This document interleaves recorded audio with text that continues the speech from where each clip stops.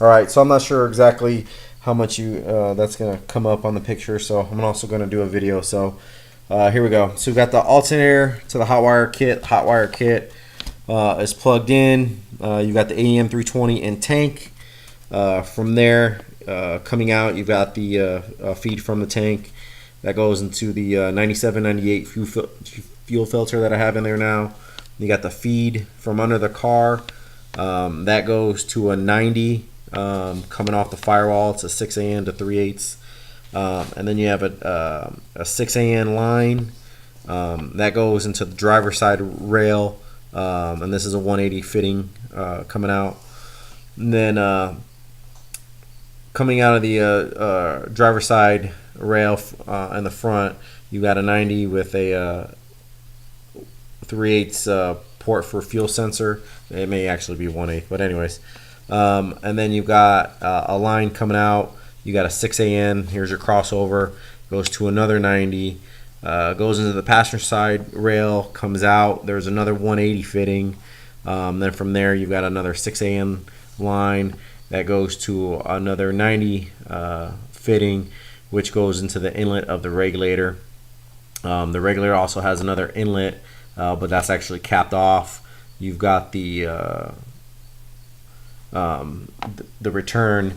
It's a 6. It's a rubber hose, and it goes back into the tank.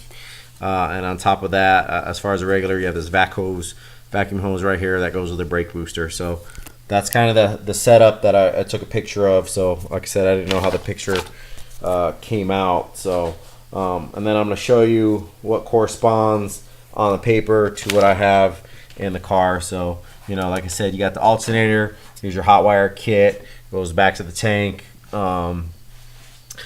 That's all plugged in. You got the 320 pump in there. You got the feed going into the fuel filter, and then you got the stock feed that comes up underneath the car. And then here we go into what I was talking about earlier.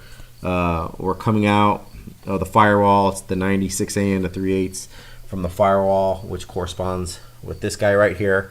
And then here is that line I was talking about, the dash 6 line into a 180 on the driver's side rail.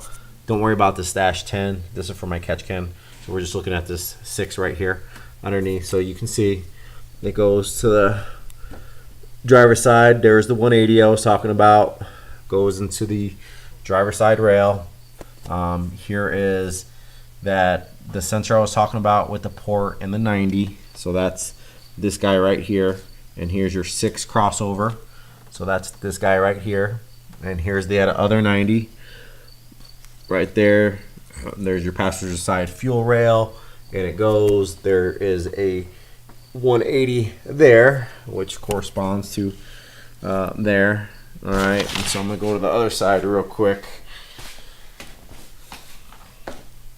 and you can kind of see.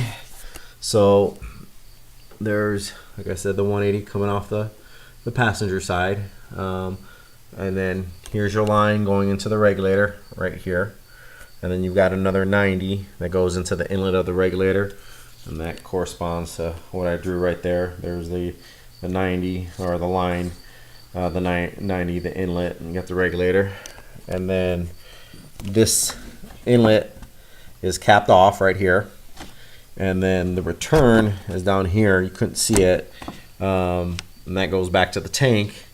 And then you'll see this feed line right here is capped off. This is the secondary. Well, let's not even talk about that or worry about it right now, because what I'm trying to do is fix my issue with the car itself. So, and here's the vac line coming off the fuel pressure regulator that goes into the brake booster and all that good stuff. So as you guys know, what I'm having problems with is when the car is cool, it runs fine, it makes boosts, power. I mean, 668 to the wheel, 550 torque, maybe about 15-20 dyno pulls. Everything was fine.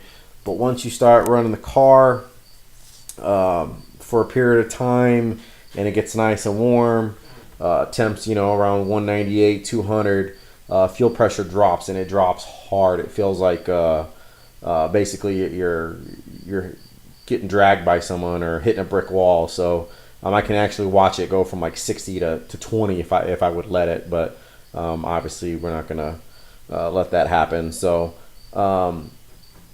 I've swapped out pumps. I've sent the AEM 320 out to AEM. Thought maybe it was cavitating the system.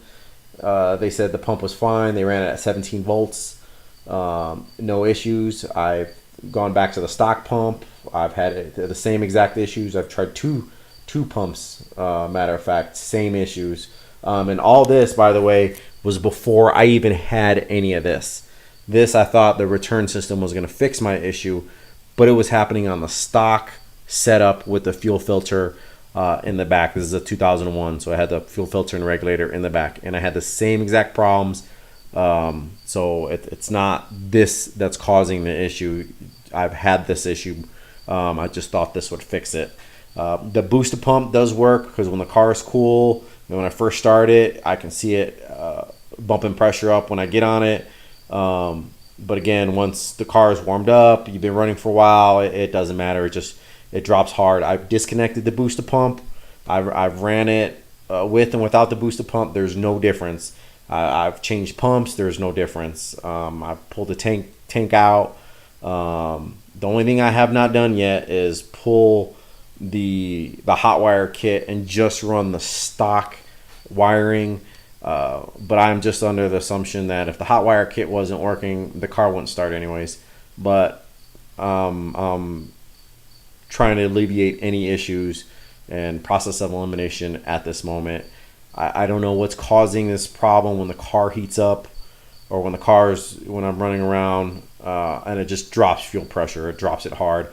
I don't know if I'm losing voltage at the pump or what. That's going to be my next step, is to either log it. My understanding is you cannot log it. But that's what I have for now. Thanks.